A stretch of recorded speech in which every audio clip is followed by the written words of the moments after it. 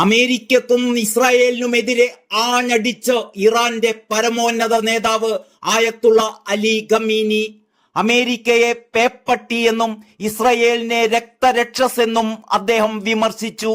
Iran ഇസ്രായേലിനെതിരെ നടത്തിയ missile ആക്രമണം പരിമിതമാണ് എന്നും ശത്രുവിന്റെ ലക്ഷ്യം മുസ്ലിം രാജ്യങ്ങൾ തിരിച്ചറിയണമെന്നും പറഞ്ഞ ആയത്തുള്ള അലി ഖമീനി മുസ്ലിം രാജ്യങ്ങളോട് ഒന്നിച്ചു നിൽക്കാനും ആവശ്യപ്പെട്ടു. 5 വർഷത്തിനിടെ ഇതാദ്യമായി നേതൃത്വം നൽകിയ വെള്ളിയാഴ്ച നമസ്കാരത്തിലായിരുന്നു ഖമീനി രൂക്ഷ വിമർശനം ഉന്നയിച്ചത്. ഹമാസിനെയോ ഹിസ്ബുള്ളയെയോ ഒരു തരത്തിലും മറികടക്കാനോ ജയിക്കാനോ ഇസ്രായേലിന് കഴിയില്ല എന്നും അലി ഖമീനി പറഞ്ഞു. സയ്യിദ് ഹസൻ നസ്രുള്ള ഇപ്പോൾ നമുക്കൊപ്പമില്ല, എന്നാൽ അദ്ദേഹത്തിന്റെ ആത്മാവും പാതയും നമുക്ക് പ്രചോദനമായി എക്കാലവും ഉണ്ടാകും. സയനിസ്റ്റ് ശത്രുവിനെതിരെ ഉയർന്നു നിന്ന പതാകയായിരുന്നു നസ്രുള്ള എന്നും അലി ഖമീനി പറഞ്ഞു. വിശ്വാസം മുറുകെ പിടിക്കുന്നതിനൊപ്പം ശത്രുവിനെതിരെ ശക്തമായി നിലകൊള്ളുകയും വേണം. ശത്രുവിന്റെ ലക്ഷ്യം മുസ്ലിം രാജ്യങ്ങൾ തിരിച്ചറിയണം. ശത്രു സ്വീകരിച്ച നയങ്ങൾ ഭിന്നിപ്പിന്റെയും രാജ്യദ്രോഹത്തിന്റെയും വിത്തുപാകുക എന്നുള്ളതാണ്. എല്ലാ മുസ്ലിങ്ങൾക്കിടയിലും വിള്ളൽ വീഴ്ത്തുകയാണ് അവരുടെ ലക്ഷ്യമെന്നും അലി ഖമീനി പറഞ്ഞു. ടെഹ്റാനിലെ പള്ളിയിലാണ് ആയത്തുള്ള അലി ഖമീനി ജനത്തെ അഭിസംബോധന ചെയ്ത് സംസാരിച്ചത്. ഇതിനു മുമ്പ് റവല്യൂഷണറി ഗാർഡ്സ് കമാൻഡർ ഖാസിം സുലൈമാനിയെ വധിച്ചതിനുള്ള പ്രതികാരമായി ഇറാഖിലെ US സൈനിക കേന്ദ്രം ആക്രമിച്ചതിന് പിന്നാലെ 2020 ജനുവരിയിലായിരുന്നു അദ്ദേഹം ഇതിനു മുമ്പ് ഇതേപോലൊരു വെള്ളിയാഴ്ച പ്രാർത്ഥനയ്ക്ക് നേതൃത്വം നൽകിയിരുന്നത്.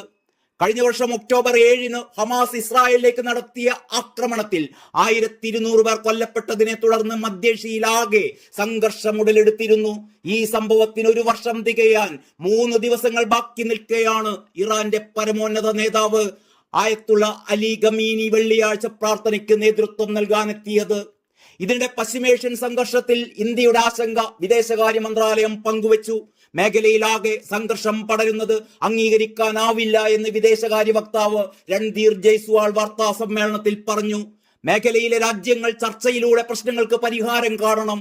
ഇന്ത്യക്കാരെ ഒഴിപ്പിക്കാൻ തൽക്കാലം വിമാനങ്ങൾ അയക്കാൻ തീരുമാനിച്ചിട്ടില്ല എന്നും അദ്ദേഹം പറഞ്ഞു.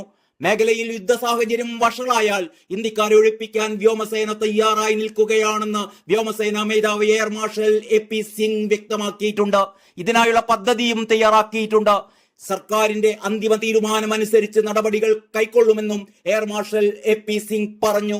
മിസൈൽ ആക്രമണമടക്കം തടയാനുള്ള സാങ്കേതിക വിദ്യ രാജ്യത്തിനുണ്ട് എന്നും ഇതിന്റെ എണ്ണം കൂട്ടുകയാണ് ലക്ഷ്യമെന്നും വ്യോമസേനാ മേധാവി വ്യക്തമാക്കി.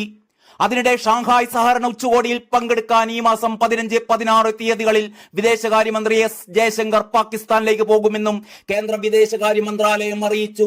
ശ്രീലങ്കയിൽ സന്ദർശനം തുടരുന്ന വിദേശകാര്യമന്ത്രി ശ്രീലങ്കൻ പ്രധാനമന്ത്രി ഹരിനി അമരസൂരിയുമായും ചർച്ച നടത്തുകയുണ്ടായി.